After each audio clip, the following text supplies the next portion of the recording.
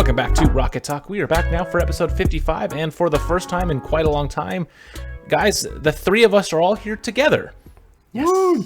We all got rehired. We all got rehired, so... But a big thanks to our guests for the past 3 weeks with Jeff Conley, Court Jensen, and Blake File for filling in these last few weeks, as all of us have had different episodes off for different reasons. All of us getting fired and rehired and all that, but it was great to have them on. Be sure to listen to them and enjoy all that stuff. Like, they were all great guests, brought a lot of good insight. So thank you again to you three, and let's move on into a bev check. But before we do, though, I have to make something clear, because Johhny and Connor are just throwing out accusations in the last episode that I'm always drinking. And while I do enjoy a nice beer on most episodes, that is not true. So I have to get this slander out of here, especially on days like today when we're recording in the morning. It's only 11 my time, 10 their time. So I am drinking a Mountain Dew Rise. It's their new energy drink. It's the Berry Blitz flavor. So... How much alcohol is in that? 0, but there's 180 milligrams of caffeine. So we'll replace one, drug with another, basically. But this is pretty tasty. They just started rolling out in stores. They have more caffeine than Kickstart, and so they have some nice flavors. They have this berry one, a blueberry pomegranate, a peach mango. All that. They have 6 flavors, I think. So it's tasty. It's not going to replace my my usual energy drinks that I drink, but every once in a while it's nice to have this one if I want a little less caffeine or just these flavors. So, Connor, what about you? What are you drinking anything today? Yeah, and just so you guys know, I don't condone irresponsible drinking. We condone responsible drinking. Rocket Bomb, please drink responsibly. I am a heathen, so I decided to take out a Fulton 300 IPA at 10:21 in the morning, because I'm an adult and I can do that. I know how this looks, but I promise I don't have a problem. Well, I mean, an IPA is nice, even if it is maybe a little early for most people, but, it is Darty season, so as long as you're being responsible about it.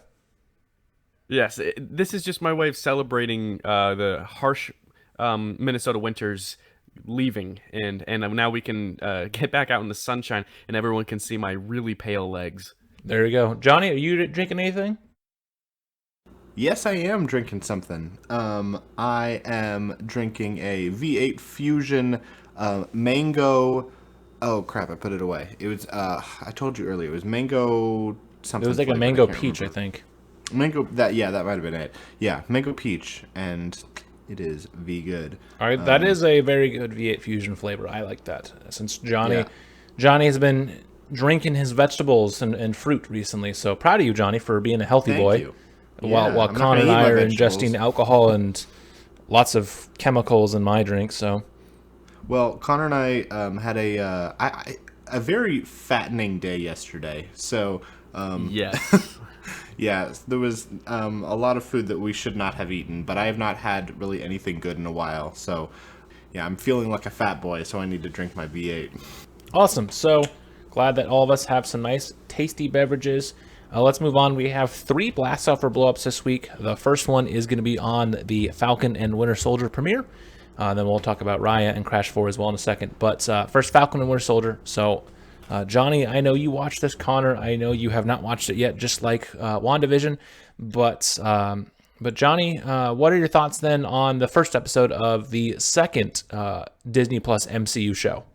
I thought it was really good. I was really looking forward to something that was a little bit more realistic. I mean, if you can really say that, it's still Marvel, but a little bit more realistic. More grounded is a good way. Grounded, yeah, is a good way to say it. Yeah, more grounded.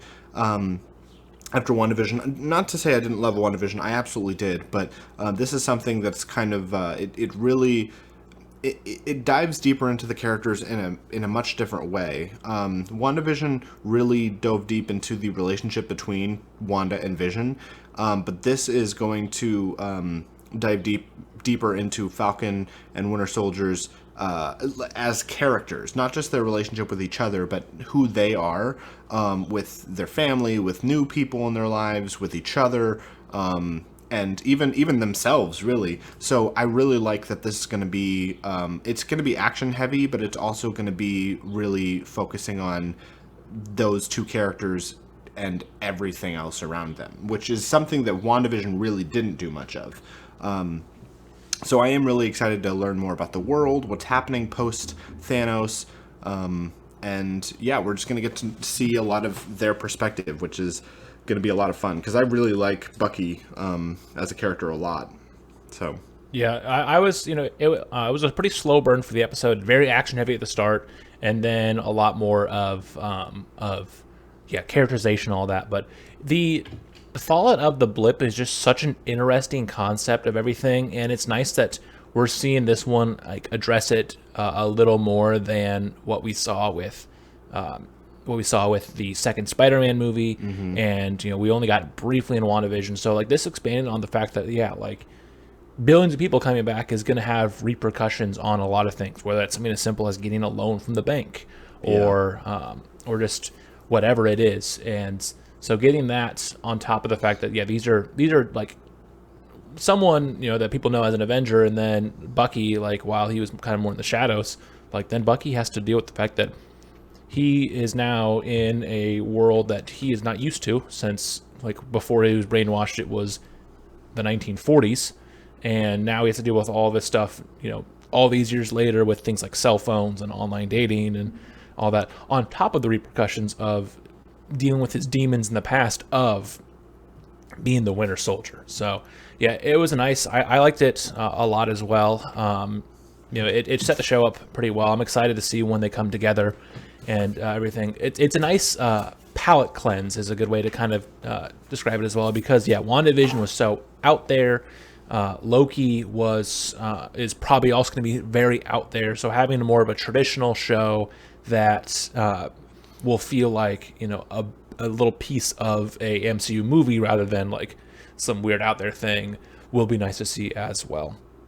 And I want to touch on what you said about Bucky for a moment, because I do think it's interesting that he, in particular, went through something sort of twice, and it was never mentioned specifically, but when he woke up in present day, before the blip, he had a lot of lost time that he can't recall, but then he also disappeared because of the blip and appeared again 5 years later. So there's even more. It's kind of the second time he's like woken up to. It's not as much of a new world the second time, but everybody, like billions of people, experienced it with him this time. So it's kind of it's definitely something where he's like, okay, again, like I have to go through this a second time. And he doesn't have Steve with him, who was the only person that really had a somewhat similar thing that he went through with the whole.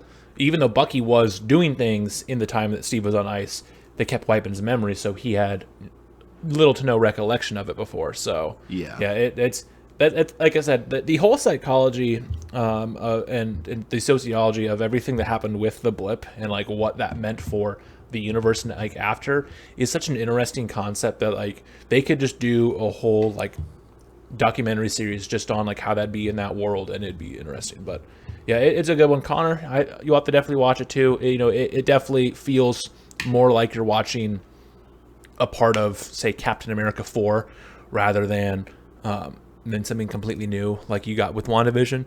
But it's been enjoyable. I'm excited to see where they go with it. It's nice that they bring in some more continuity with some of the other characters from the Captain America movies. You see the French mercenary from the start of Captain America 2 in there, and I know Zemo from Civil War is going to be there as well. So it's been nice to see all this stuff. But you'll have to watch that as well, Connor. So honestly, Connor can't get it. But Johhny, would you then give this a blast off or a blow up then? Yeah, I would definitely give this a blast off. I really enjoyed it. I think that, like I said, it's going to be a very good chance to dive into Falcon and Winter Soldiers, like as characters, and so to see the world that they're going to like experience in this season is going to be really interesting. Because I mean, episode 1 already ended with I'm not going to say it, but for Connor, but episode 1 ended with something that is kind of a shot to the face too. I'd say. Yeah, shocking and infuriating. And it makes perfect sense for the world. And as a fan, I really like it. But if I were in Falcon and Winter Soldier's shoes, I would be livid. And I'm sure they're gonna be. I'm sure they're gonna be absolutely pissed. So, yeah, there's clearly going to be a lot of twists that are coming. So I'm excited to see what happens with the end of episode reveal. Yeah, for sure. I also give it a blast off. It's another enjoyable show.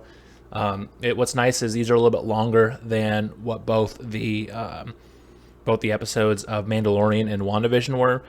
This first episode was roughly 45 minutes before the credits, so that's nice to get more of a traditional drama style show like what you'd have if you were watching it on network television. So that was nice. And then we have our second blast off or blow up on a movie that Johhny and Connor saw in the movie theaters for the first time in over a year. So why don't you guys take us and talk about Raya and how it was, and then also just how it was seeing a movie in the theater again. Connor, I'll let you lead this one.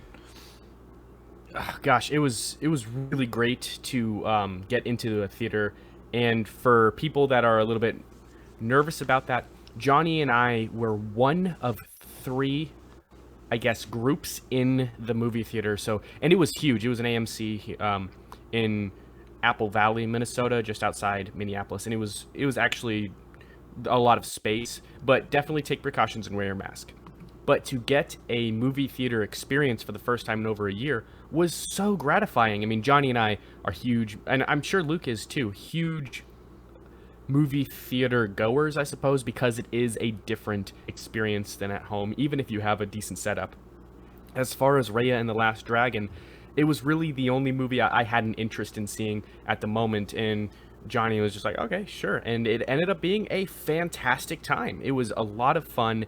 And I think the cast and crew were great. Awkwafina as Sisu was perfect, and she is known as kind of the comedic relief from the movie Crazy Rich Asians. She's kind of the girl that has a voice that's very similar to Miley Cyrus, but she was a joy to watch in the theater. And I think, there were a couple of times where I was having to keep tears from going down my eyes because I was next to Johhny and I couldn't let him see that I'm capable of emotion. Yeah, you wouldn't want to have an emotion.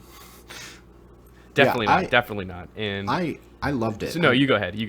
Yeah, I thought there was a lot of really great elements to it. Like I think it all comes, like every movie like this always has kind of a lesson, and this one is all about trust. And so I'm not going to spoil anything, but the main character Raya, gets backstabbed basically, and so then the rest of the movie is her not having trust in really anyone, but especially one person in particular, and it's kind of the world. They're all divided, and so they have to come together. And so she goes around the world and tries to bring the world together. Well, she does accidentally. So the way that they were able to show that throughout the film, and then at the very end of the film was so I was getting some feels as well. Like I could definitely see how this is it was very well done. The message came across very strong, and it was a good film. And I don't think trust is something that a lot of Disney Pixar movies have really done ever. Not emphasized that much before. With this type of emphasis, I would agree. Yeah. So that's one I don't know. That's one thing that I really appreciated. This is something that I never really considered. Because we've had time for the Disney movies. It's been okay. We've seen some of these same things before. As much as the first Frozen might be a little overhyped, that being one of the first ones where the Disney princess didn't need a man to rescue her. That was a big thing because it was finding something different. Where this one having the idea of the message is not the same. always keep your promises if you want to keep your friends, and like the little things like that. But you always see having a little bit of a different one, but still a good message seems like a good idea. Yeah, and they Yeah, really they're going for more like a sisterly love, and in Raya, it's trust between friends and strangers, whereas a lot of them just shove romantic love down your throat. yeah, and this one didn't have a romantic subplot at all, which is No, it was all friends, just yeah, there was friendships. no romance whatsoever, which was very, very new. And yeah, like, like you said, Luke, there's a lot of stuff that gets rehashed a lot, like love or kindness or bravery or heart or whatever. But this one, you could definitely see that, like, there was a line that Raya said. I don't remember exactly what it was, but it was towards the end of the film, when she's talking with Sisu the dragon, and she says something like, it's really hard to trust somebody, and then even if I could, how would you? Or it was something like, how could I do that? And Sisu's like, well, what if you did? What if you did just trust some? What, like, then what? Like, you gotta, sometimes you have to take the power out of your hands and leave it with somebody else and hope that they don't hurt you. And yeah, that was just a powerful thing. Mm-hmm. Yeah, and Disney's been really finding their stride again recently with this stuff, because like this newer, more CGI style animation that really kind of started with Tangled. I guess Bolt and like Meet the Robinson, some of them had it before, but like really with Tangled they've really had a kind of another renaissance with Wreck-It Ralph and Frozen and Big Hero 6, Moana. Like they've had some good ones, and so it's nice to see that they're finding their stride again, but also doing it with things like this having a prominently Asian American cast, this not having a romantic subplot. Like these last couples haven't had as much. Like we haven't seen as much in Moana, this Wreck-It Ralph, where it's like you have a strong friendship plot or a sibling like subplot, but not as much of the girl finds her Prince Charming. So like that's nice to see too, that Disney is starting to not rehash as much of the same stuff that they did for so long, even in some of their best movies. So another one I was going to ask too is, so this, while you guys saw it in theaters, this was the second Disney Plus movie that came out, like Mulan, that you could get the premiere access or whatever they called it, where you can spend $30 to get it now, and then in a few months everyone will have it. So while $30 may be still a little steep, especially for someone like Johhny who's by himself, or even if Connor and Emily bought it, like with two people, $15 a person still is more than the normal ticket price. But would you say that this movie is a better buy for someone than, say, the Mulan remake? Yes, most certainly it was a better buy, especially because it's original content, whereas Mulan is we've already gotten the movie, now it's just a different take on the same story we've gotten. I would not say this is worth a $30 price tag at all. But well, what if you were like a family of like 4 or 5, where going to the theater, you're spending $10 a ticket. Like, so if you have a family of 4 or 5 people, that's $40-$50. So that is saving money too. Like obviously in our scenario, that way I would recommend. So a family, it might be good, and also like just with COVID, it's better to take things safe. Like obviously you guys were safe wearing a mask, and there's only so many people. But if someone still doesn't feel comfortable, and the money seems worth it to them, so maybe not for you, but you can see why this would be maybe a little more worth it. What about you, Johhny? Would you agree, or would you disagree with Connor? Yeah, no, absolutely, I would agree. I mean, this was a great movie, and a lot of what Connor said is true. Like this is a new story, and there was a lot of stuff that changed with the new Mulan, and I will give it that. I won't say that they were all good changes, but with Raya, this is much different. I don't think I would want to spend $30 on really any movie. But knowing how good it is, I would almost say that it's worth it. I think that it's made to split between people. I don't think anybody realistically would want to spend $30 on one movie. But it is for the entire account of Disney Plus, so I think that's why they charge it so high, is because anybody that wants to split it can, or they can just go to the movies. And so Yeah, I would say that it's definitely if you're living alone, if your account is by yourself, which most aren't, but if your Disney Plus account is by yourself, don't buy it. Just go to the movies or wait until you feel like it's safer, because it's not always. Well, it'll be on. If it's like Mulan, in probably like I think May. it was June. Yeah, May or June it'll June. be That's on. yeah. The Raya is going to be free on Disney Plus, but I which honestly, highly recommend the theater experience because of the stunning visuals and the sound was amazing. Go for the surround sound experience. What about a score of a blast for blow up then for you guys? I had I would say definitely a blast off for me. Like I said, I really loved the emphasis on the trust aspect of it and the relationship that they had between all of the main characters. Kind of like the team that the characters formed was really, really great, and it was really heartwarming. So I loved that. Connor, what about you? And was there anything about it that you really thought stood out to you, like a lot? The majority of the cast, almost, actually I'm going to say all the cast recorded from their houses, and I thought that was really cool that they didn't use professional studios, so the voiceover work was from their house. Alan Tudyk did a great job as Tuk Tuk. And anything with Alan Tudyk, yes, Tudyk. I love that guy, and this was easily a blast off. Go and see it. It's totally worth it. And then real quick before we move on then to comparing it to some of the other more recent Disney animated movies like Wreck-It Ralph, Frozen, the sequel to those, Moana, where would you probably put this in those movies? Big Hero 6, another one. Like in a lot of those movies, where would it be in the top half, middle half, or the bottom half compared to some of those other movies that are all pretty well made as well? Top half. Yeah, definitely. Yeah, this is one of the best animated films that I've seen in a long time. I mean, Frozen 2 was good, but I don't think it was as near as good as the first one. And same with Wreck-It Ralph. I mean, Wreck-It Ralph 2 was better than Frozen 2, but this actually, I was thinking about this halfway through the movie, that this actually would be good for a sequel.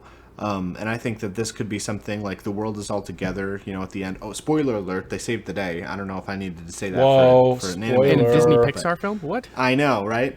But yeah, they this would be good for a sequel, and I could definitely see I don't know if that's planned, but I could see a series of films from this, because there's a lot of stuff that they could go off of with this. So yeah, I think that it was great, and I really want to know more just about the world, about the characters, about the relationship between the characters. So yeah, hopefully we can get more in the future.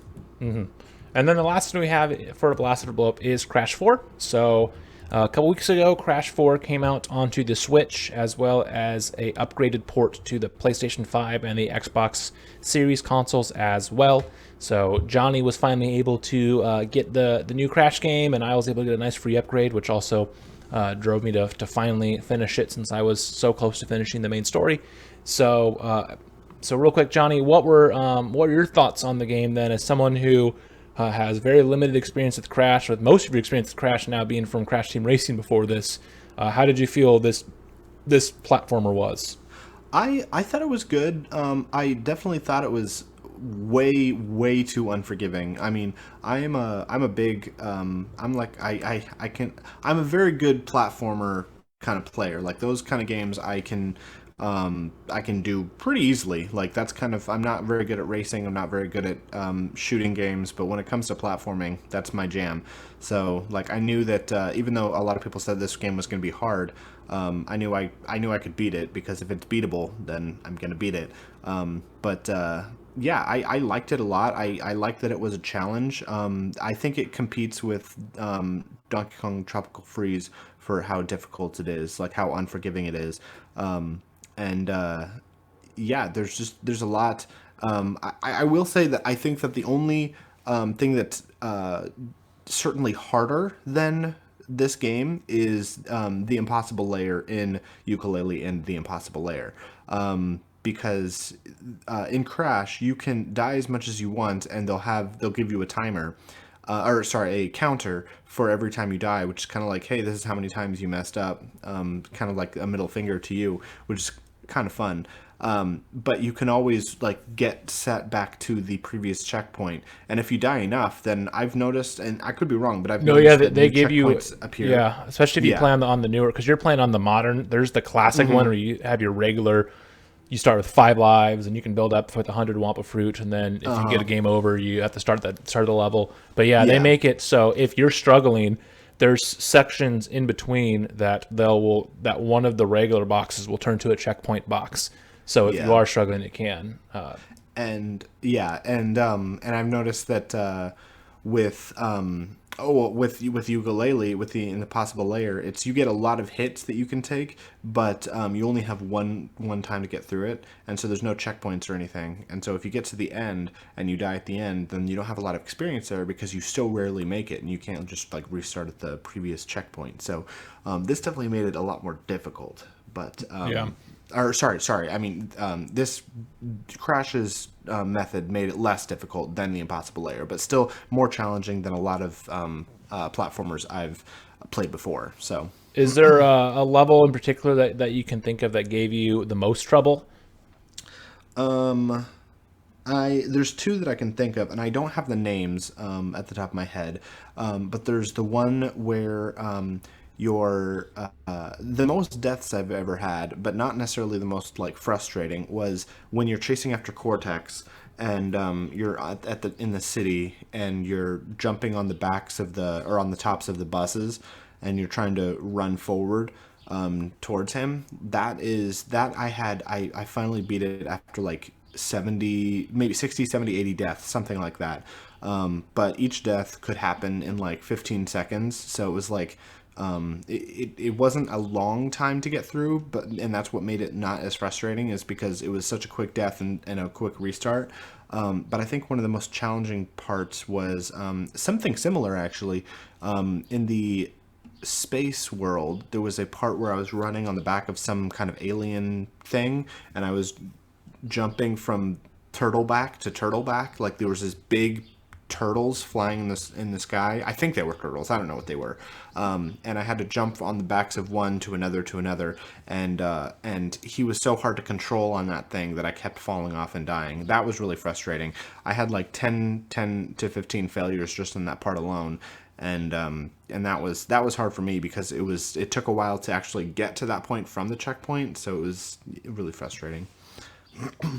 Yeah, there's a couple that gave me a lot of fits. One of the other futuristic city levels, not that one, but one of the earlier ones where you have to jump on top of the the buses and the vehicles, like right at the end. Where what?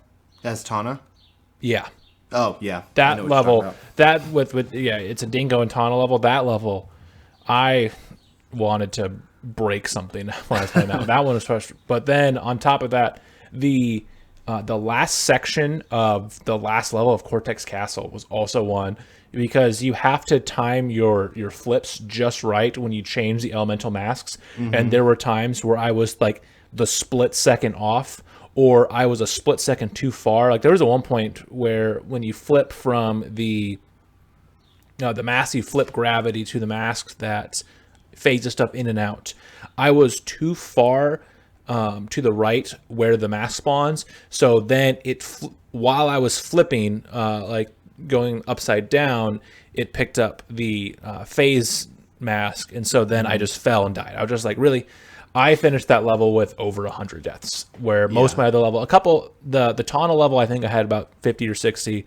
Most of my other levels, if I had maybe 20 deaths at most in a lot of them. Sometimes it was me too, where I like purposely just was like, okay, like I missed this box that I want to go get, so I'm going to just like die and pick it up. But it is a very unforgiving game, especially if you want 100% it, because I beat the main story and I have gotten a handful of the flashback tapes and a handful of the gems on the levels, but to 100% it, or if you want to really beat it to 100, I think 106% is the max percentage you can get if you get all the platinum relics and the platinum flashback tapes and the relics for not dying on the levels. It is a very unforgiving game. I know, even though big Crash fans like Kid Icarus, one of the recommendations I had a bit ago, he made a video that's like he loved the game until he tried to fully complete it, and like the full completionist process of the game is ridiculous. I'm not gonna 100% it. I'm gonna go get some of the skins I want and try to get a few more of the flashback tapes, but I think I've had enough of the difficulty where like I want to try for it. It's kind of like how I felt with Odyssey. I've gotten most of the moons I wanted in Odyssey that like I'll go back and try for a few more, but I'm not going to try to 100% it by getting all 1,000 or whatever there are. Yeah, I because I'm not a Crash fan, I actually think that it's easier for me to go back and what I'm doing now that I've beaten it is I'm going back and I'm trying to collect everything that I can except the time trials. I'm not doing those because I did the gold one and then I realized that there's 3 tiers to it: gold, platinum, and sapphire, gold, platinum. Sapphire, gold, platinum. And so I got the sapphire one and I was like, oh, okay, cool. That was kind of challenging, but it wasn't really anything as I was expecting it to be. And then I saw that it was like, yeah, beat this time, which is like 20 seconds sooner for the next level. And I was like, there's 2 tiers after that. No, thank you. And so I just did it once and I was like, okay, I'm done. But I am gonna go back and try to collect everything except the time trials as much as I can until I get frustrated and quit. But for now, I'm on World 2. I'm halfway through World 2, and I'm liking it. So yeah, I'll probably see how far I can get. But yeah. Yep. So would you give it a blast off or a blow up then? I already gave mine a few months ago when it came out, so it's still a blast off for me, even with the PS5 enhancements. But what about you, Johhny? Yeah, I'd give it a blast off. I think it's something that if you're a fan of Crash, if you're a fan of platformers in general, I definitely recommend it to you. But if you are not somebody with a lot of patience, then I would either not recommend that, or I would say you really need to limit yourself on how much time you spend with it each day. Like, if you want to beat it... I'm feeling personally attacked. If you want to beat it, you should either say like 1 world a day or even just like 2 levels a day or something like that. Because if you try to like say, oh, I'm going to keep playing as much as I can, and you don't like have You're going to get mad. Yeah, if you don't have a stopping point for that day and you just say, oh, I'll keep playing it for, however much time I have, then you are not going to stop yourself and you're going to keep playing and you're going to keep hating yourself. And I do not recommend you do that, because I have a lot of patience and I still was like getting really mad. Like I was losing my mind at some of the parts. So Connor, somebody with maybe a little bit less patience careful. than I have. Game, yeah, I was, there were times I probably, actually the Tana level that I had a lot of problems with, it took me a couple times to play it because I would start it and I would get frustrated and I was like, I'm just going to stop. And then the issue I got is, with that one and with Cortex Castle, I kept going at the end because I could see I was at the end of the level. I could see like the part where the box count is. So I was like, okay, I'm just going to do this. And then I just kept getting frustrated because I was that close and I didn't want to do the whole level all over again. But yeah, whenever you get around to playing it, Connor, be careful. It is a tough boy. That is for sure. But like all other platformers, basically, the last couple levels are very hard, and then the final boss is fairly simple. The final boss of Cortex, I think I died like 15 times because I mistimed a couple jumps, and then okay, Rosa just snorted there. I mistimed a couple jumps though, and just had and then a couple times I was just like, okay, I'm just gonna I figured out the pattern. I want to do it faster, but final boss is fairly easy, where the last couple levels suck. So, is the game more or less or equally as frustrating as the Insane Trilogy? Rosa, you want to wake up first? Part of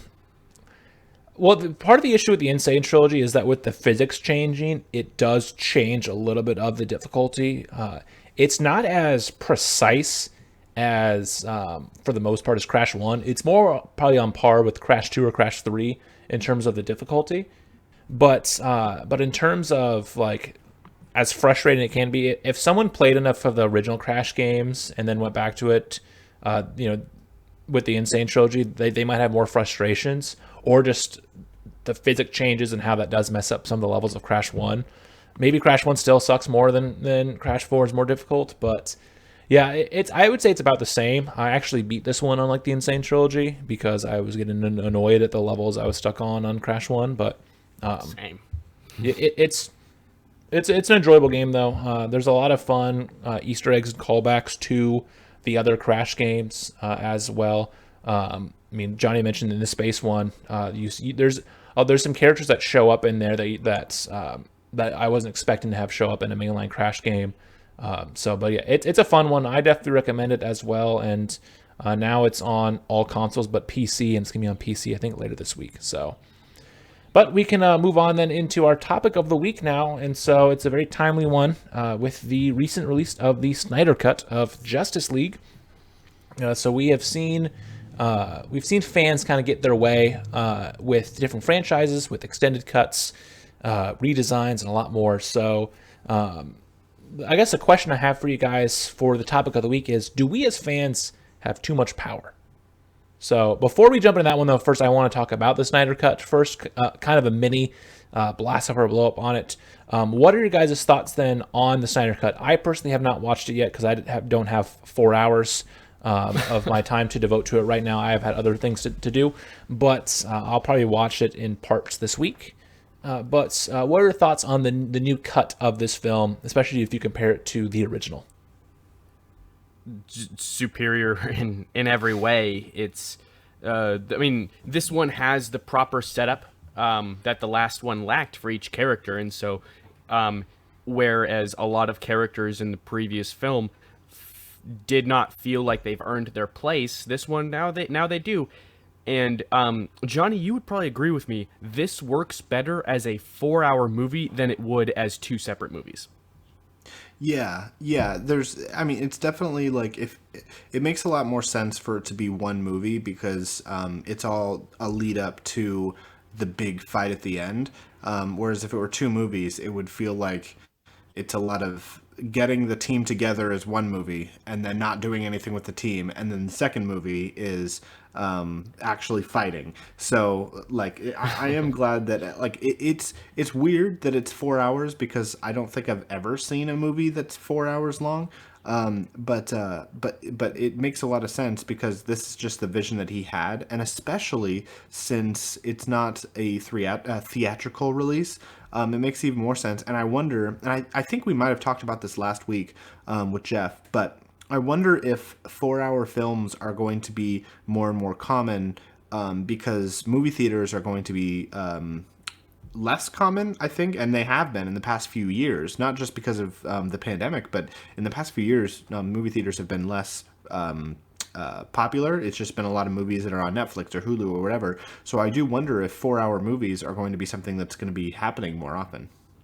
Maybe. I think especially if they have a way, because the original plan was Snyder Cut is going to release in episodic formats, and then you could watch it as one long 4-hour thing. Yeah, because the only other movie I can think of that is 4 hours long is, I want to say, one of the extended cut versions of Lord of the Rings. I think Return of the King is over 4 hours as well.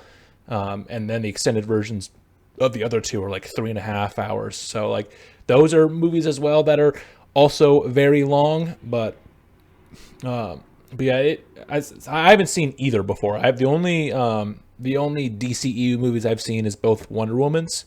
I haven't seen BVS or Man of Steel or any of that. Watch Man of Steel immediately. Connor knows how much I love that movie. Yeah, you love it a lot. It's a good film. It's not a great film, but you were wrong when you said that I hated it. I don't hate it.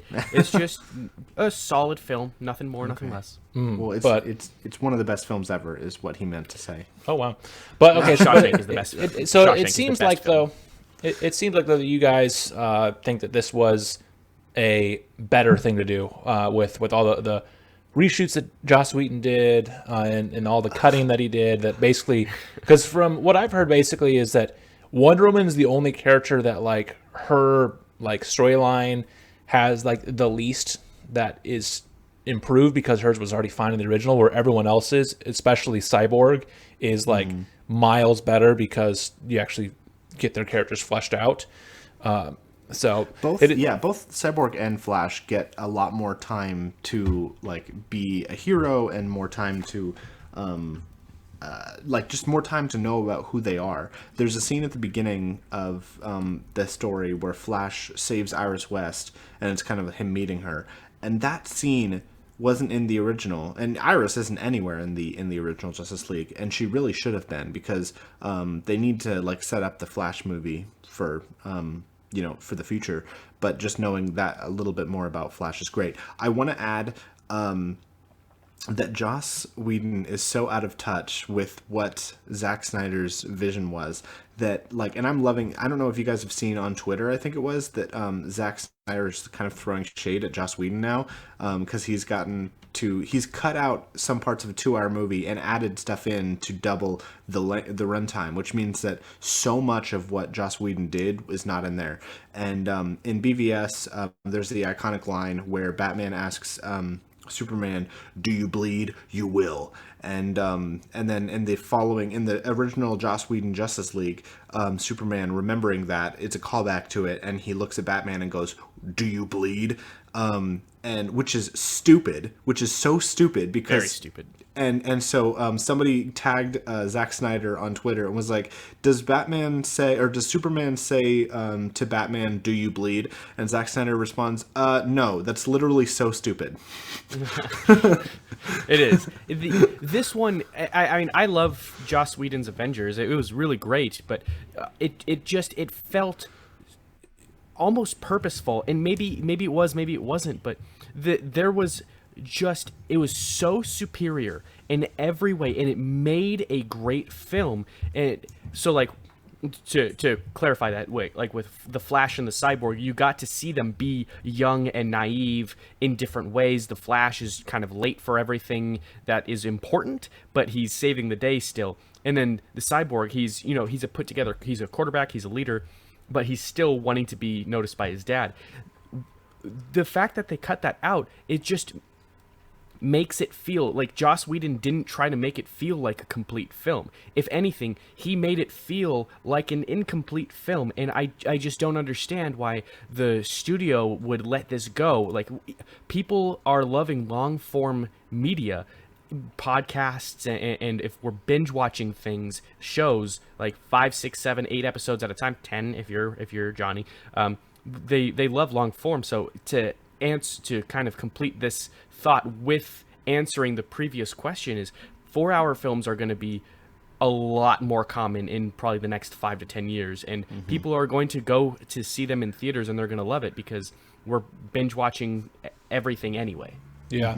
I think before we kind of move on to talking more about the idea of fans having too much power to begin with, I think one that I think doomed Joss Whedon from the beginning, no matter what. I think almost any director that was not working like on the production team, maybe one of these producers that were working with Snyder that also directed movies, maybe could have taken over and it would have been fine. But I think no matter what, any director having to come in during post-production and then trying to like handle those duties, it's going to be a tough task even for the best directors.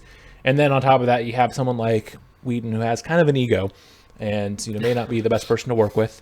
But like, even if a better person of a director took over, I don't know how much the original version could have been salvaged with Snyder leaving, just because like you have different people, they have different visions. And so since Snyder has like he knew what he wanted when he shot the movie, so by the time that someone took over, they have all these scenes and they have a script, but they have to figure out how that vision was supposed to take place. And maybe Whedon could have worked with Snyder as well a little more on it. But I do wonder, like, the only way I really feel like this movie the original would have been salvaged more is if we would have said, if he would have taken over earlier on, like during shooting, because then it could have made it maybe fit a little bit better. But that's another one of those where it's a lot of like, who knows actually how things would have gone if that would have happened. But kind of moving on, because the reason for leaving was just so sudden. Yeah, it was very sudden. No one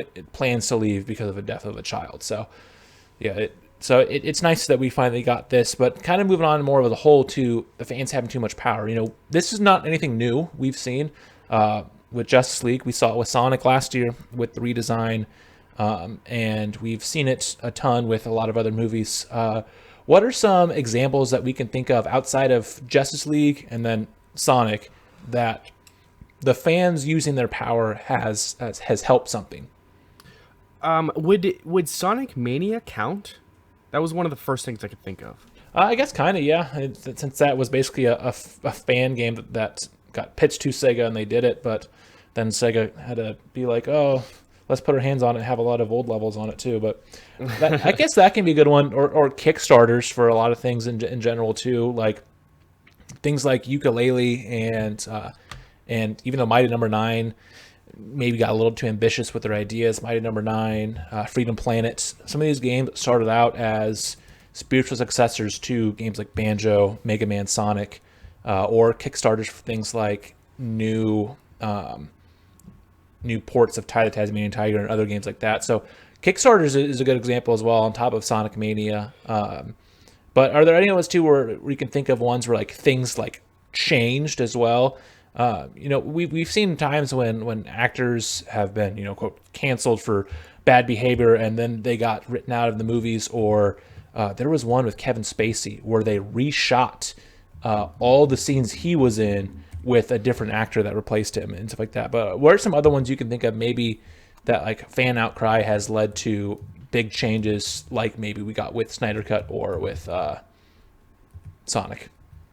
Sticking with the video games, I think Fortnite has had more than one or two times where they needed to tone down certain vehicles in them because they had so much raw power and they were just so cheesy that it actually kind of ruined the spirit of the game. I don't know a darn thing about Fortnite. I've never played it once, but I do understand like things being way too powerful, kind of like Superman, where it's just no longer fun anymore. And because there was so much outcry on the internet with the use of social media, the studio was able to catch that. And I don't know what the official term is for toning down, but they toned down the power of certain. Nerfed it. Yes, thank you. They nerfed the vehicles. Yeah.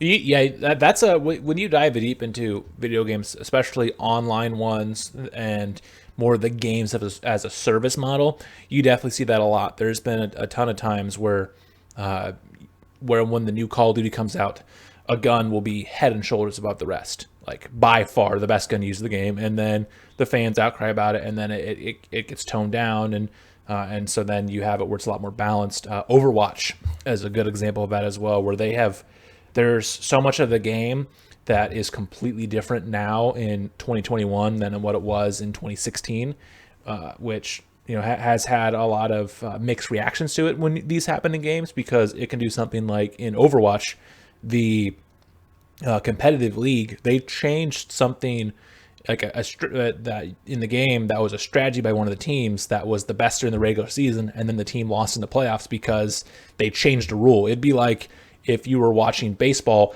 and then in the middle of the playoffs they change a rule about balls and strikes, and so then like it completely like it would, or like you're watching like right now with March Madness going on, it would be like March Madness is here, okay, now the 3-point line is at midcourt.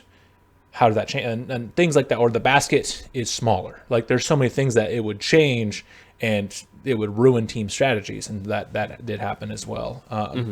So you have that kind of an issue. Johhny, do you have any you can think of times when fans have gotten things to change and it like really helped? When it really helped, the first thing that comes to mind is the Sonic the Hedgehog movie, and I know we did mention that just now, but I think that that was one time when I think that really did emphasize how important it was that the two things. One, how out of touch Hollywood is with what characters are supposed to look like, especially when they're as iconic as Sonic is, and two, that they, I guess it does give fans the power, but there is a point when it can be bad, and I don't want fans to just write and do anything that they want. But I think that was one example where you can look at something where Sonic is just hideous. I mean, he just that design was horrible. Like there was no redeeming factors about that design. It's not like one of those where It's like, this is a bad design, but like I can see Yeah. why they did it. There was just no redeeming factors about it. Like he No. looked hideous. Yeah, it was scary to look at, and then they made him really cute looking and adorable in the final version, which is way more. I mean, I don't think that like the more mature Sonic is always like kind of a cute looking thing, but like I think it helps for the movie. I think that it's certainly, and because it's so much closer to how he's supposed to look, and he's kind of got that innocent personality, he's just adorable.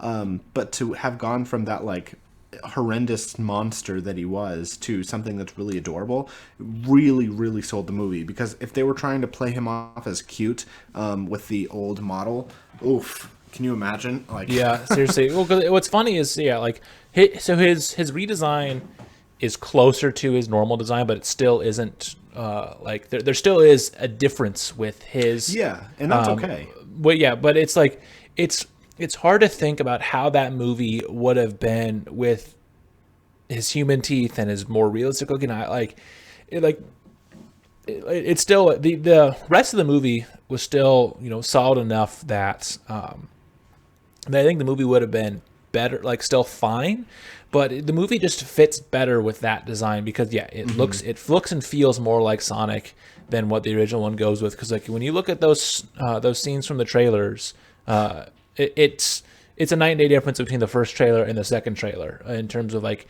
how just better it looked, and that was just something as simple as just making him look more like Sonic. And, like, can you imagine like at the start of the movie, like the little baby Sonic, how he would have looked in that horrible old design? Yeah, like. Or what Tails would have looked Yeah, like. that's the one too. Yeah, how would Tails have looked? Because you see Tails at the end of the movie, so that would have been rough to see as well. But what about more sometimes where the fans cause something to get worse? Honestly, there's a couple that come to mind for me. One of the easiest ones is Star Wars. So Yes, the I put that down. Last Jedi is very divisive. I think The Last Jedi is a good movie for the most part, outside of Leia, Mary Poppins, as Jeff said last week. That part is kind of annoying, and the Canto Bight subplot is maybe a little too long. But everything else about The Last Jedi, I feel like, is a really good movie. And I get that some people are probably going to get mad at me for that. But I think The Last Jedi is the best of the sequel trilogy by far, as much as I enjoy 7. But because of how much the fans complained about The Last Jedi, when J.J. Abrams took over for Episode 9, basically Episode 9 feels like they're just trying to say, hey, sorry about Episode 8. And that, I think, is what hurt that movie a lot, because they're trying so hard to like basically ignore all the plots and themes from The Last Jedi, which then also included, because of how much fans hated Rose for some reason, like how they like completely wrote Kelly Marie Tran's character out of the movie. She's barely in the film, where she was a pretty important part of The Last Jedi, and just because fans didn't like strong woman character in Star Wars that also liked boy, Star Wars fans are stupid. But like that's an easy example for me where I can think of where the fans got something changed and it was for the worse. Well, I think you could also add it into fans don't know what they want, but no matter what you change, they still won't like it. So it could be where they change it for the worse and they don't know what they want, but they know that they want change and they want it now. That's my other example I was going to bring up was Call of Duty. So and that's a perfect way about it too. So Call of Duty, got really big in the early 2010s with the first couple Modern Warfare and Black Ops games. So then by the time that we saw that transition period to what was that at that point the next generation consoles of the PS4 and the Xbox One, Infinity Ward with Call of Duty Ghosts put out a very safe game. There's not a whole lot of innovation in the multiplayer, and because of it was kind of stale, and it definitely turned a lot of people off, and thought that the series kind of peaked. And so fans wanted something new.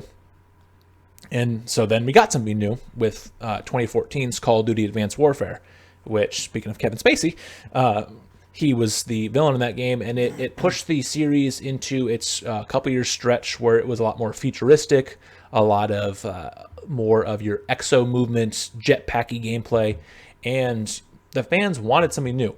And Sledgehammer gave us something new, and the fans hated it. I mean, part of it's because it was not implemented the best, but still, the fans wanted innovation, and Advanced Warfare, while it was poorly executed, is one of the most innovative Call of Duties since Modern Warfare 2, and it was hated.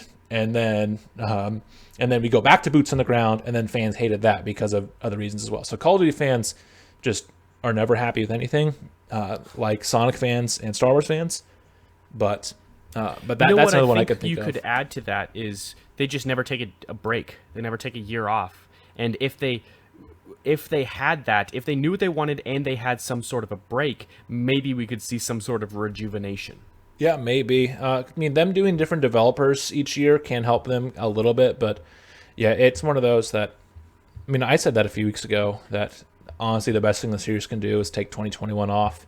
As much as I enjoy a good amount of Black Ops Cold War and I enjoyed a decent amount of Modern Warfare, there's still enough glaring issues that the series just kind of needs to take some time off, figure itself out, and then come back stronger, like we saw with games like Assassin's Creed to do. But yeah, I mean, no matter what, whatever you do, people are going to hate stuff. I'm sure there's a small group of people that hated the fact that Sonic got redesigned, which, I mean, like, they're wrong because, like, that design was horrible and should never, ever exist ever again. But, like, there are people that are mad about changes that happened that maybe were for the better in most people's eyes as well. So no matter what, you're never going to please everyone. But I do have something that's less. I do have an example of something that fans did that made things worse, and it's more. It's Lost. I'm watching that now for the first time ever. The series Lost. And I was looking into it, and as I watch episodes, I like to learn more about stuff from that season and try to, like, prevent spoilers from happening. But I learned that there are two characters named Nikki and Paulo that are in Lost. And their introduction was because in Lost there's about 40. They say there's about 40 survivors that make it onto the island, but only about 14 to 20 of them are actually have speaking roles. And so there were fans that were like, "Well, we want to know what's going on with the other characters in the background." And so they were like, okay, I guess that makes sense. Like, there's a lot of survivors that, never even show their faces. So let's just introduce somebody brand new that's always been there. And so they wrote in Nikki and Paulo. And they suck. Because the fans wanted it. And they hated it. And so it's like the fans of Lost gave the fans what they wanted. So the writers of Lost gave the fans what they wanted and specifically asked for. And then it sucked. And yes, that is partially on the part of the writers who were writing new stories for these characters, but at the same time, they wouldn't have done it had the fans not asked for it. So like I definitely think that yes, the level of writing is to blame to some extent, but also the fans are the reason that it happened to begin with, that the writers even considered it. So their storyline was not appreciated. They hated it, and I hated the way that they died. Oh my god. Yeah, like, that was rough. Spoilers, man. Yeah, dude. Okay, well, a lot of characters die, and Connor, if you ever watch Lost, they're not good characters. Like, the other characters that die in that season, it sucks, but they go out because, like, one character goes out because the actor didn't want to be on the show anymore. There's a couple of those, that's what happened, and it's like, that sucks because of it. But no, these two characters, they were not interesting, and their deaths are brutal though. Yeah, like there was a lot of arguing over gems, and then one of them got bitten by I think it was a spider is what it was. It was like a paralyzing spider, and so then it slows your heart rate down, and you're basically comatose, but it doesn't kill you. It just knocks you out for a certain amount of time, and then the other one gets stung by the spider and runs out to the survivors, passes out, is paralyzed. and then the other remaining survivors look at the two people and they're like, oh crap, they're dead. And so then they bury the dead people, the seemingly dead people, and right as the episode ends, the camera goes over her eye, one of the Nikki's eyes, and it shows her opening her eyes because she's still alive, and then they keep shoveling the dirt in, thinking that she's dead.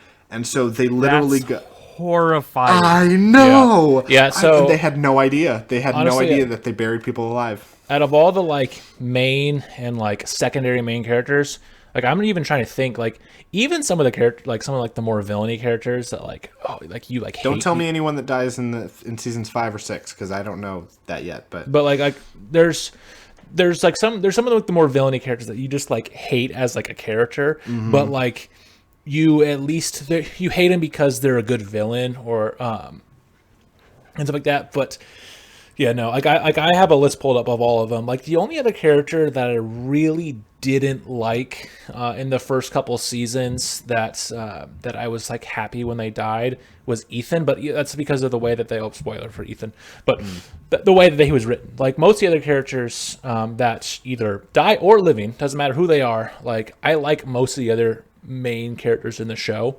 yeah, But yeah, there's a couple. Like when I think about like the impactful deaths, Nick and Paulo are not them at all. No, There's a couple. Was he the drug addict guy? No, that's Charlie. no. Oh, never mind. I've watched the first season, but nothing more. Yeah, Nikki so and Paulo, like their death, like their characters sucked, but their death was so impactful. Like not necessarily to the group, but to me as a person. Like there's a lot of other like people get blown up and that's quick. People get like like so many different things happen, but like to be buried alive and like well-meaning by Hurley and Sawyer, who don't even know that they're burying somebody. They think that they're dead and then they wake up. Oh my god, that's just the idea of that. It's just yeah. They out of all the deaths that there's a couple crazy deaths where it's just like that it's just like how did this happen? I think like one of them is I want to say it's in season 3, Johhny. Where it's Hurley's flashback with the Mr. Cluck or whatever the chicken restaurant is called. Oh right, that death that happens in a flashback is brutal, but in terms of the survivors' deaths on the show, by far that is probably the craziest one that they had in the show. But I mean, Lost the start of Lost season 3 is definitely where the show dips the most, I feel like, and until the end of the season, and then I'm definitely at the point where I'm watching Lost season 5 right now, and I'm just kind of like I don't really care anymore. Oh, but man, season 4 and 5 are so good. The first 2 seasons were peak television, and then season 3 was like, okay, and then season 4 I'm like I don't care, and now season 5 is just like but I'm not confused about it. Like, I mean, a lot of people talk about how it's such a hard show to follow, and I'm like, maybe it's because I've like watched a lot of like time travel, timey-wimey shows, but like now it's kind of coming to the point where I mean, there's some parts that I'm not supposed to understand, but like as far as as far as everything I'm following, I'm getting it just fine. Maybe that'll change, but like everyone who's ever talked about it is like, it makes no sense at all. Especially, I'm like, no, it makes perfect sense. It makes sense. They're just more we can move on to second 2, but the bigger one is there's questions that you're going to have that season 6 won't answer, and then season 6 will give you some new questions, and you're just like, come on. But yeah, once there's the couple twists that happen that is like, oh my gosh, what? And then once you realize that that's what's happening, then it makes more sense. But I'm at the point now with the show where it's like there's not really anything that can surprise me because everything has happened already. Like ghosts come back, people aren't really dead when they're supposed to be dead. Time travel is existing. So, but yeah, but moving back more on the fans having too much power, which they did because they got 2 of the worst characters in Lost killed off. Well, to be existed at all. Like, they got him there and then they got him killed off, which is fine by me because But as our fan voices continue to sound, how does a company like Warner, Paramount, Bad Robot, any of these companies maneuver through these demands and requests and decide what's best to do? Because we just mentioned the fans don't always know what they want. We talked about Call of Duty with Lost. They wanted these things, they got them, and then they hated it. So how can a company like Warner, Marvel, all these ones in the future take some of these, move around, and still be able to do what's best for it as a whole, and not take too much of the fan requests? They need to open a dialogue, I think, a little bit more and utilize social media. I mean, so they do utilize social media, and that's where you're going to start getting some of these changes. However, you need to actually open up a complete dialogue rather than just hear, I need change now, and then make something that may or may not work. I'm not sure how to specifically go about doing that, obviously, because I'm not a writer or anything like that. But I just think you need to start listening to the fans from the beginning rather than only taking action at the last second. Yeah, I think it's always kind of a shame to hear some of the more superior plot twists that fans can come up with after the fact. Like for Harry Potter, for example, I've seen a lot of people that are like, what if this character is actually related to this character, and here's the list of 50 reasons as to why that's logical. And I'm like, wow, that like kind of makes a lot of sense. Or like there was one that was stupid that was like, what if Dumbledore is actually Ron from the future or something like that? And I was like, okay, well that's a little far-fetched, but but like there's still some things that like in Harry Potter, or really any series, or book series or TV series, movie series, whatever, that fans can come up with something that's just better than what the original creator, writer, director intended to be. And so I do think that it's a shame, but you know, to some extent, these series that are already popular enough to have fans writing other stuff for them, they don't necessarily need the help because they've got a big presence, whatever the series might be.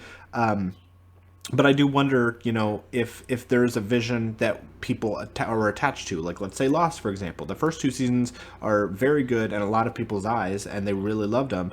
And then a lot of people, not everybody, but a lot of people, from what I'm reading online, seem to like the show less as it goes on, Lost specifically. So like, even though there's fans that could have come up with something better, I mean, it's still the vision that the director had, and maybe it's not the perfect thing for you, but maybe it's the perfect thing for somebody else. So it kind of goes back to, you know, you can't please everybody, but at the same time, it's the story we've got, and the fans shouldn't always have a voice to change things. Yeah, they should always give their opinions, but I don't think they should always have the power to change things. Yeah, and the other one I have too is like, what do we see the future of media with this? Because I mean, like we mentioned that this is not anything new. I mean, Lost season 3 was like 2007, and you know, yeah, sure, we got it more recently with Snyder Cuts and with Sonic, where we got big changes. But I mean, Star Wars fans hated the prequels in 1999, 2002, 2005. Like, there's things that have been hated for by a group of fans for a long time, that they wanted things changed, and some got it, some didn't. But as we've seen a few of these bigger ones that have had some major changes, do we see the media in the future changing, where these fans' voices maybe are causing more changes, or do you think this is just going to be kind of more of a one-off thing, or a buy the movie or buy the medium type of thing?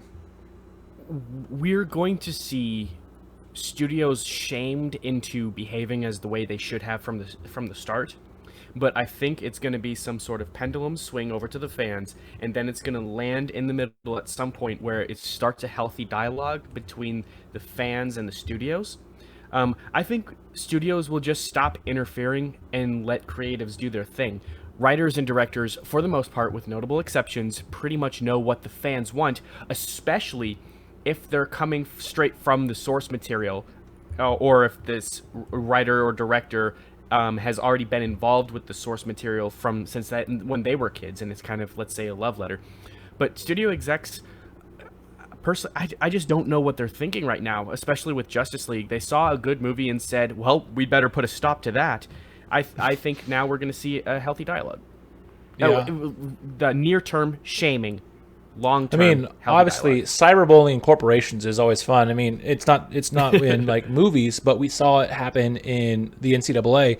If anyone's been keeping up with the March Madness tournaments, there's been a lot of pushback against the NCAA because of the weight room and the care package and all the stuff that the women were getting for their tournament was significantly worse. And sure, the women's tournament, it maybe does, it brings in less dollars and less viewers, but it's just something as like the quote weight room was a few dumbbells for the women. The principle of it was exactly just gross. And gross. Because enough people bullied them, then now the women actually have like a lot more equipment that they can use in their little weight room area of their hotels, which is nice.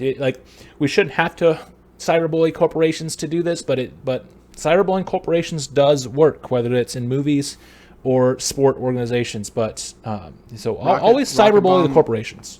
Rocket Bomb officially endorses the act of cyberbullying corporations. Corporations only. Don't cyberbully people. Corporations only, not individual people. Yeah, I kind of have to disagree with Connor, at least for the time being, just because I am a little concerned that if fans do have too much power, that it's going to be less of a pure. I don't know how to explain it, but I feel like the idea, the art form, whether it's TV show, movie, book, whatever, is going to be less pure if it's based around the original person's view and the fans. And everything is already mucked up by Hollywood to begin with, so you can't ever just get the original creator's vision on TV. Very rarely do you get that. But to include fans into the mix of saying what is going to happen, when it's going to happen, what should we include, that kind of thing, and I think that to begin with, asking for ideas is one thing. Asking for content is fine, but if you keep giving fans power, it's going to be more and more and more and more, to the point of anything that you do is going to want to be changed or redone by the fans. Well, one I can think of with that is, think about going back to Harry Potter. Think about how many times some of the fans have been like, oh, well, I have always pictured this character as this. And then J.K. Rowling's like, yeah, sure, Hermione is black. Yeah, sure, Dumbledore's gay. And it was like some of these things that maybe she did have, like, she left ambiguous for it. But, like, it's hard to tell that it's not just her saying, sure, yeah, we'll give you that, and not as much of a, she wrote it in a way that it could be interpreted that they were, and so she's just pandering to the fans that want it that way instead of having it be where that actually was her intention. And that's kind of the worst example, the best example of the worst case. She is kind of the worst case of humans to begin with, so it makes sense. But it just is. I think that's something where it's not even like just asking for a back and forth. It's to the point, like you said, it's pandering, where it's like, what even is the point then? I mean, she already had the entire story wrote up, so if you're gonna have fans say that, like, yeah, if Dumbledore is gay, that's great, but if it doesn't specifically say it in the story, then I don't know. I mean, like, you don't need to say that a character is gay for it to be in the story, but for pandering just to appease a certain group of people, whether that be that a character is gay or their character is black or a character is something else, it's like it seems like it's pandering when it doesn't need to be. Like I don't know. It's not necessary. Yeah, it's a tricky slope because sometimes the fans are wanting things, and it is better. Like, I mean, the two we've fallen back on a lot is Justice League and Sonic, because those are two examples where the changes has worked a lot. I mean, like I mentioned with the Sonic one, I don't know, like, you change nothing about the whole movie except for Sonic's design, and you keep his old design. It's still a decent movie, but that design sticks out. Where you change it and, like, it's the exact same movie, and it's better because of the design, or Snyder Cut, where you release the original vision of the film, and it's more fleshed out. Obviously, it has more time, so we can flesh it out too. But, like, it's more fleshed out than what we got with the theatrical release. And characters like Cyborg, who were considered the weaker points of the original movie, now have a stronger storyline in the film with this. But for every Snyder Cut, we have the Harry Potters, we have the Call of Duty. So I think you have to be careful, both as fans and as media companies, of how you handle this in this newer age of social media, because, like, fans are getting more and more powerful. We've seen we've seen actors and actresses that, it comes out a little bit ago that they are doing something, less than ideal, and it's like, they get kind of blacklisted, but not fully. Where now it's, okay, this person is a bad person, and then, like, as much people hate it, they get, quote, canceled. And, like, we've seen it happen where it has completely changed how, different actors and actresses, or whatever it is. Think about, like you don't see Kevin Spacey in movies anymore because of all that happened. Where this comes out about Kevin Spacey in 1998 instead, maybe it isn't as it's not as impactful as it was coming out in 2018. So it's crazy to see how much it does change with the fans. But it is I think a tricky situation for both sides to maneuver. But with that, we can then move on into the wrapping up the episode with recommendations and sponsorships and all of that. So our 2 recommendations last week was Johhny having us play the first 2 worlds of Donkey Kong Country on Super Nintendo online on the Switch, or I guess if Connor and I really wanted to play it on an emulator or some other way to play it. That was that. And Jeff also gave us the Protoman, the cover-up soundtrack. They forgot to record that into the episode last week, so that was the recommendations we had last week, even though we didn't discuss it.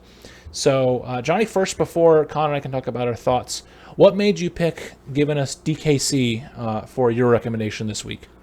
Well, it's a game that is, one of my favorite games of all time. Obviously, the second one is my favorite, but I figured I should have you guys start with the first one. And my next recommendation, I'm not just going to go down the line. At some point, I will have you guys do the second and then eventually the third. But for now, I just wanted to give you guys kind of a taste of the first game if you hadn't played it already, or in Connor's case, hadn't played it without me.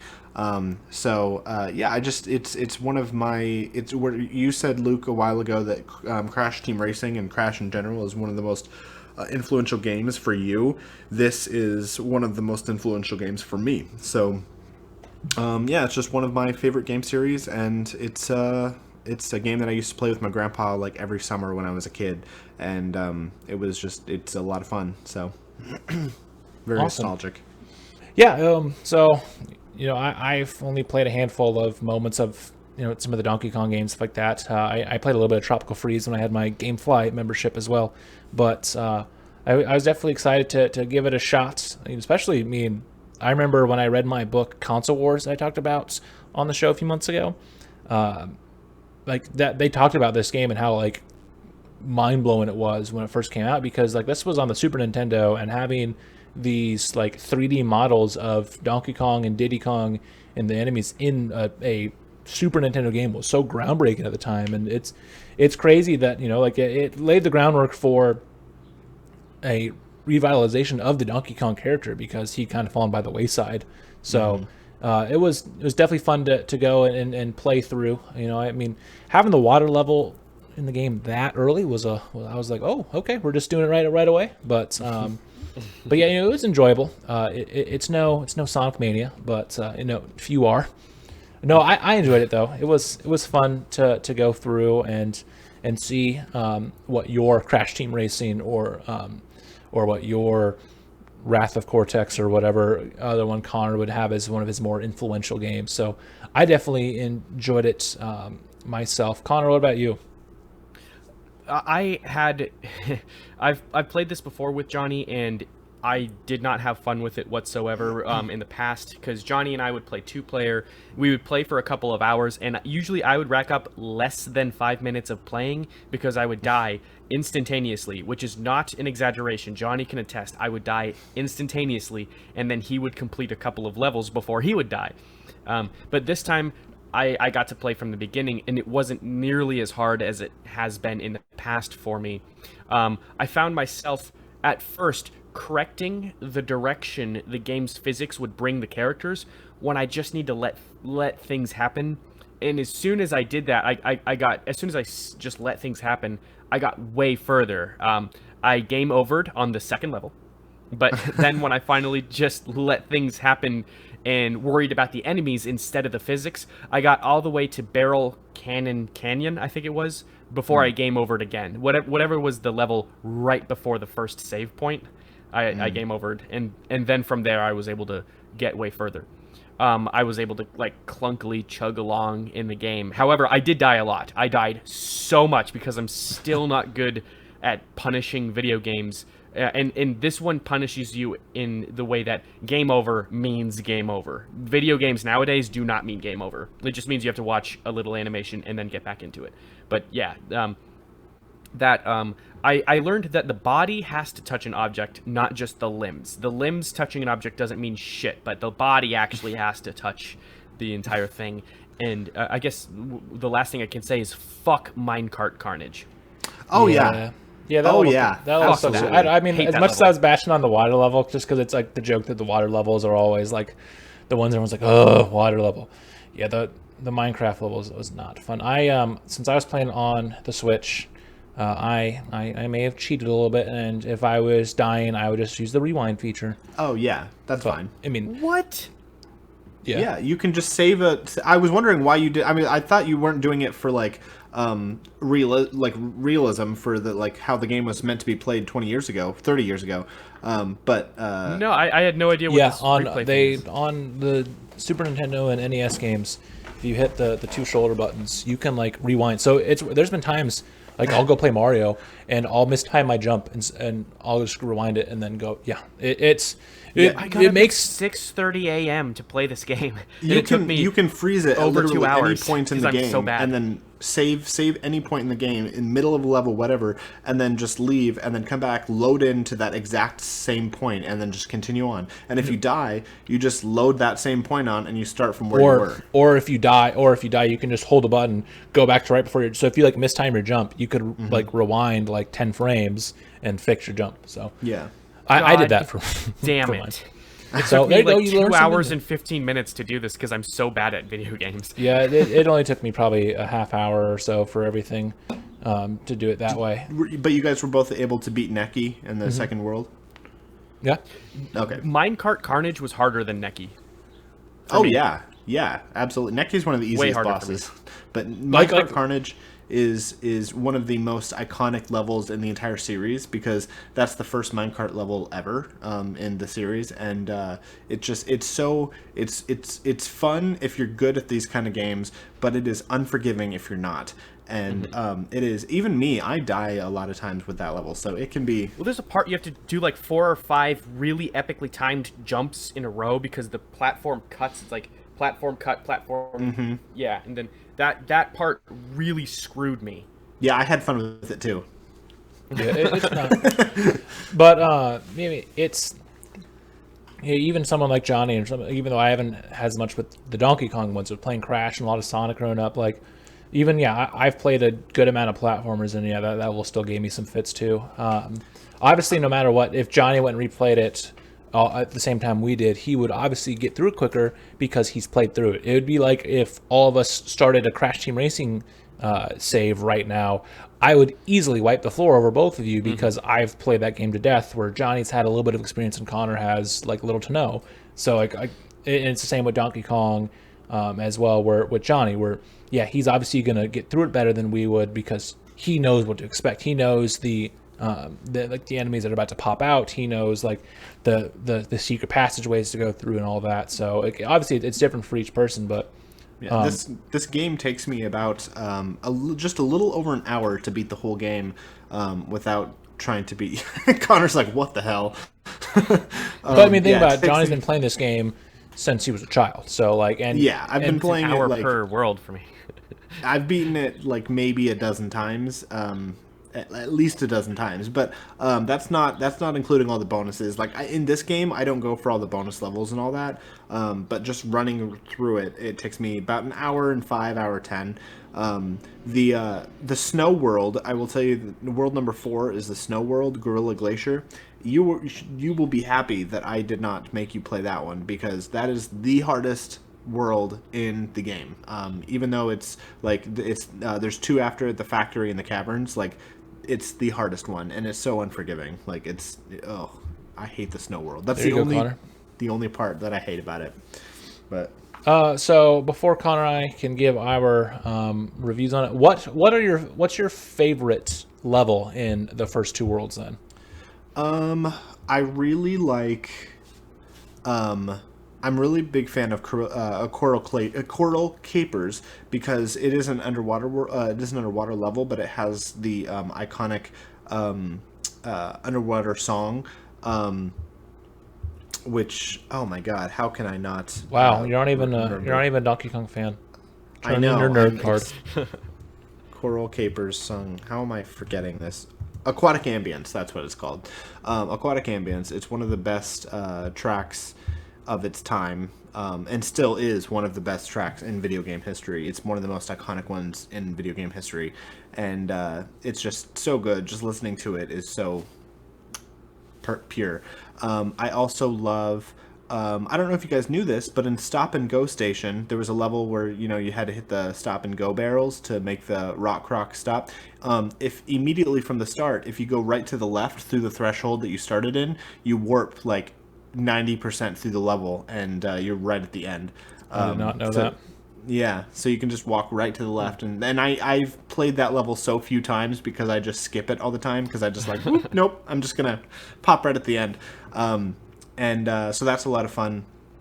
But the first two worlds, they don't have a lot other than Coral Capers and then Mine Carnage, of course. Those two are great because one has beautiful music, the other one is very challenging.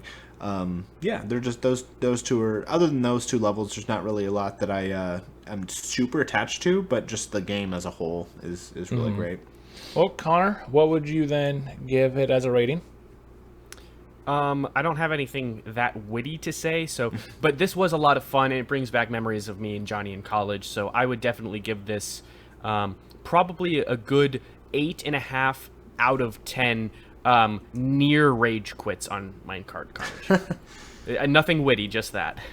Yeah, I would give it an 8 out of 10 deaths on Minecart Carnage as well. All right. But yeah, there's that one. And then since Jeff was our guest last week, he also gave us the cover-up soundtrack by the Protoman. So unfortunately, since we didn't get the recording of Jeff to recommend it, we don't know exactly why he recommended it. But I went to the Wikipedia page for the Protoman, and I can see why Jeff would have recommended this. They're a rock band who their original stuff was concept albums loosely based off of the Mega Man series, and like their whole like the band member names and all that are references to pop culture and all that. So it's Court would love this. Yeah, if Court has not heard of them, then I'm sure he's about to fall in love with them, and you're going to see him tweeting about them a lot these next few weeks. But this was definitely a very Jeff Conley recommendation. Like, yes. The only other person that I would have been not surprised that they recommended is Court if he has heard this as well. So the album is very much a love letter to 70s and 80s pop rock. I know nothing about the movie, the cover up, but the entire album is a bunch of covers of some iconic songs from that era, including things like Mr. Roboto and just a bunch of other stuff by Queen and Styx and some other like good songs there. Yes, it was very well produced by Alan Shacklock, I believe. And it's really funny. It references a film that doesn't even exist. It carries over a story from a previous concept album that I didn't write down the name. But yeah, their inspiration from Radiohead, Styx, Queen, and Toto, like it was very, very obvious in their stylings of previous songs, the previously written songs. I definitely want to know what you guys thought with the start of Because the Night by Patti Smith. I thought it was a great start that showed off some good vocal versatility. What did you guys think of the start? Yeah, it was funny. That was definitely a good start because it took me a second to realize that it was like, because I had to listen, I wasn't looking at the track list. And I was like, I've heard this song before. Wait a second, and I was like, I might have just heard it because like there's like it sounds like some other classic rock song. But then I was like, oh wait, no, I actually have heard this song before. It's like, oh okay, yeah, but incredible vocal range that it showed off right away. Yeah, I agree. I from the very first track, I was already into it. Like I thought, this is this is something that like I don't listen to enough of, like this kind of like 80s rock, but it's something that I really like when I do hear it. This definitely kind of this was definitely up my alley for sure. Like there were a lot of tracks here, especially the first one, that really got me into it. Mm-hmm. It was a great emotional starting point for the whole album. It was I don't know if I'm saying the names right, but Raul Panther the Third. He was just great. I really thought he captured the vocal stylings of Freddie Mercury and Bruce Dickinson, which are kind of like ultimate tests. And then the girl, I think her name is Gambler Kirk Douglas. She was great too. She, especially with Because of the Night and Total Eclipse of the Heart. I'm sure there are better examples on the album, but those were my favorite, where it really showed off her vocal chops. I thought she was fantastic, and they complemented each other so well. Other great spots of this album. I thought it was a fantastic transition from Last Stop into In the Air Tonight by Phil Collins. That was just a really good use of using the listener's curiosity from the skit to the transition of a more natural mysticism from the beginning of In the Air that it starts off with. I also really like the huge sound, the low end of the keys added to the punch at the end of that song too, In the Air Tonight. And the operatic singing style throughout really, like, I just thought it was this was something that's a little bit more up my alley because I love classic rock. Not as much 80s synth rock, but I mean, I really liked this cover of all of those. Yeah, it definitely felt, like I said, this was definitely a Jeff thing, very much a Court thing, but I knew that, like, once I said, Connor probably really liked this as well. Yeah. Any low points in this album for you guys, or anything that you just didn't work for you? I wouldn't say there was any low points for me. I would say that there was definitely high points or ones that that weren't as high, but I wouldn't necessarily say that there was anything here that I didn't like. Just maybe not as much that stood out as others, but that's it. I think some of the songs maybe towards the end of the album, like the covers were a little longer, like they maybe could have cut 30-40 seconds out of it, but like nothing too crazy, right? I don't feel like it was something wild where it was like, oh man, like I wish they wouldn't have done this song or whatever, like because like the In the Air Tonight cover was 6.5 minutes long, and that's a great song obviously, but like there was a few points towards the end where it was just like it was kind of still going on a little bit, but yes, I'm not that's that fair. upset about it. That's completely fair. I don't know if you guys have heard or are much Iron Maiden fans at all. Johhny probably more than Luke. That's a joke. I didn't really like the use of the voice box or the talk box from the Trooper by Iron Maiden. I thought it was a little bit more distracting, and it takes away from what's supposed to be a moment of showing the vocal prowess of leading a army to battle. But it wasn't too distracting that I still couldn't appreciate the skill that was there. I think that was the only downside. Other than that, I can see that. This was a really, really great album. I think I would probably give this a 9 out of 10 awesomes out of 10. I don't know. I've got nothing on that. Not creative today. Yeah. I would give it a solid 8 out of 10. Fake movie tickets. And then Johhny, what about you? May the Lord bless you and keep you. May he make his face shine upon you and be gracious unto you. Got to keep those sneezes in, because I am going to now give it 9 out of 10 sneezes. Boo. That's even worse than mine, right? Okay. Right, guys? Well, good job. Good job, Jeff. You had one of the few times, I mean, a lot of our guests have given us some good ones, but definitely one of the more overwhelmingly positive recommendations by one of our guests. So good job, Jeff. Yay, Jeff. Thanks, Jeff. Thanks, Jeff. Thank you, Jeff, for filling in. Thank you, Court. Thank you, Blake. We'll be sure to have you on again, Jeff. In episode 108. Yes, 108, episode 108. So, Connor, that means it is your turn now. So what do you have for us this week? I have got a podcast for you guys, and it's gonna be a long one. It's Joe Rogan, so it's be prepared to break it up into parts or listen to it while you're doing mundane things like washing the dishes or vacuuming. I watched the movie Snowden last week, and it was all right. It was a good telling of the story, but not great. So I want you guys to listen to Joe Rogan number 1386, his first episode with Edward Snowden. Alrighty. So we got to listen to Joe Rogan podcast. You said 1386? Yes, sir. Alrighty. So obviously we can find that on basically any podcast platform. Yes. Since his move to Spotify, he's taken a lot of them off YouTube and onto Spotify, but I'm about to check to see if it's still on. Spotify is the way to go. This one's on YouTube. I'm looking at it now. It's 2 hours and full 49 one? minutes. Yeah. Yes. Yep. Okay, good. Yeah, so now we can now Johhny can watch it. You know, eventually we're going to be at episode 1368. 86. No, it's 68. I told you the wrong thing. I had the last one flipped around. That was my bad. 68. Wow, 86. how Okay. dare you, Connor. Jeez, Connor. Okay. I'm so bad with that.